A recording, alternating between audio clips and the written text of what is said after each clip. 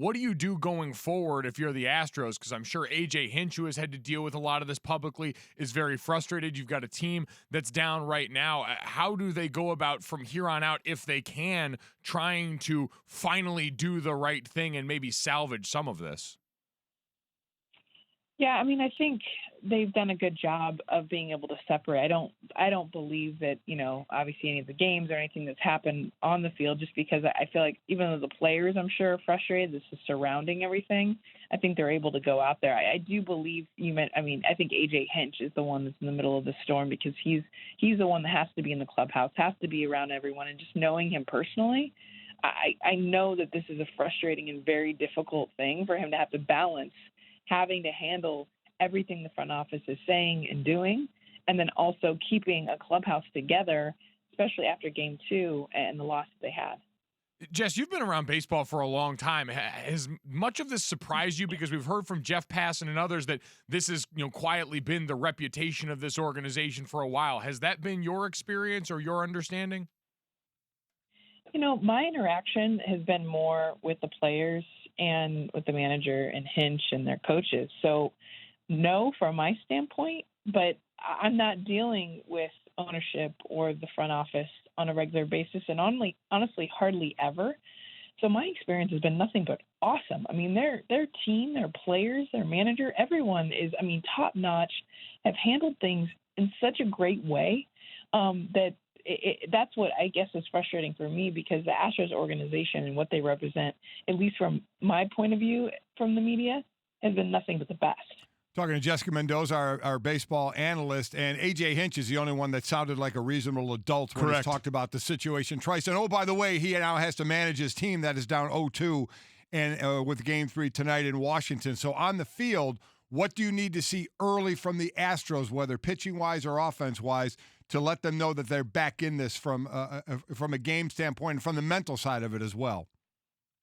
Like, two things. First, they have to get the lead early. I mean, you just mentioned earlier, this is the first time going back to DC since 1933. That place is going to be rocking. And if they don't grab that lead early, only 12% of their at-bats this series have been with a lead. So this is something offensively that once you get behind, then you start grinding, you start chasing pitches that you don't normally do. There is such a true mentality as a hitter that when you don't have a lead and you're coming from behind, what you're trying to force yourself to do, especially thus far against some of the best pitchers that you'll see in baseball. So that's the first thing. Second thing is Zach Greinke. He's got to be the ace. I mean, this is a guy who's probably going to be a future Hall of Famer. He's been an All-Star 5 of the last 6 seasons. Cy Young guy. His stuff hasn't been there in the postseason like we've normally seen, but the capability is definitely there. So you think about Cole and Verlander losing. It's like wipe the slate clean, and it's almost like Zach Greinke is Game 1 ace, someone that honestly they went and got at the trade deadline to be this guy. So I feel like he almost has to pitch like an ace at least twice through the order, because unlike the Nationals, they do have a bullpen. So if he can do that, they win this game. Jessica Mendoza with us, and obviously it seems like all this is about the Astros because of everything else that has gone off the field. But we do have to address this Washington Nationals team, Jess. It's the first game, as you said, since 1933, a World Series game played in our nation's capital. So you know that place is going to be bonkers. So Anibal Sanchez, who by the last time we saw him, he took a no-hitter into the 8th inning against the Cardinals in the NLCS. So while it sounds great, hey, try and get that early lead, you're doing again arguably the hottest pitcher for the Nats right now, and he has to sort of control his own emotions in this, right? Yeah, and I think when you talk to anyone in the Nationals organization, like, he's really been their leader. And I think that's what's kind of cool about Sanchez is he's the guy that goes quiet. I mean, I called that game on ESPN radio, and I remember you think about Strasburg and Scherzer and Corbin, and it's like, oh, and then there's Anibal Sanchez. You don't talk about him. You barely remember that he even pitches for them. And then he gets in there, and as you said, I mean, he just completely dominated, a really good Cardinals team. And that was like from very early on in that series. And the way he does it, guys, is he's not going to blow it by with fastballs. I mean, he throws like 7 different pitches, by the way, including a butterfly pitch, which I don't know if you remember seeing this in the NLCS, but the thing floats in there at like 60 miles an hour. It's this like crazy pitch that he throws. So he's got all these funky things to him. But the one thing that I feel like when you talk to the Nationals is he's been, the conga line that you see all the guys do after every home run that Gerardo Parra leads. It was Anibal Sanchez's idea from the beginning to do that, to loosen them up. So that gives you some insight into who this guy is. Incredible stuff. Talking to Jessica Mendoza with us on the Shell Pennzoil Performance Line. All right, Jess, so the series does shift back to Washington. The Astros desperately need a win. Do you think they get it tonight?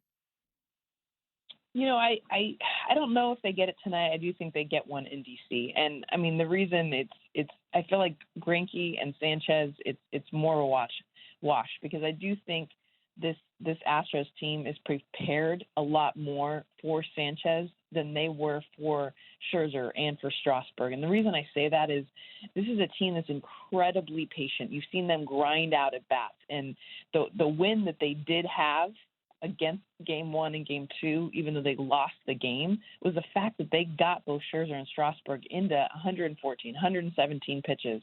And for Sanchez, I believe that his game plan is to get guys to chase. And this Astros team, they just don't strike out very often. And this is a team that I think can really grind him out and get to the bullpen. And that's really where the Nationals get beat, is once they get into that bullpen, if they can get into it early. Jess, as always, we appreciate the time. We'll see what happens tonight. I can't wait to see that game. And again, you can hear that game tonight on ESPN Radio. Game 3 of the World Series, first one there since 1933. Thanks, Jess. Thanks, guys. By the way, make sure you wake up every day, Monday through Friday, with the daily podcast hosted by Mina Kimes. The most interesting stories at ESPN is told by the reporters and the top insiders on the planet. And today's is all about the Washington Nationals as they get set for this game and have a chance to win a baseball championship in D.C. for the first time since 1924. But how did the Nats get here, especially considering how they slumped out of the gate? We're so glad you're watching ESPN on YouTube. For more sports and analysis, download the ESPN app. And for live streaming sports and premium content, make sure you subscribe to ESPN Plus. We'll see you there.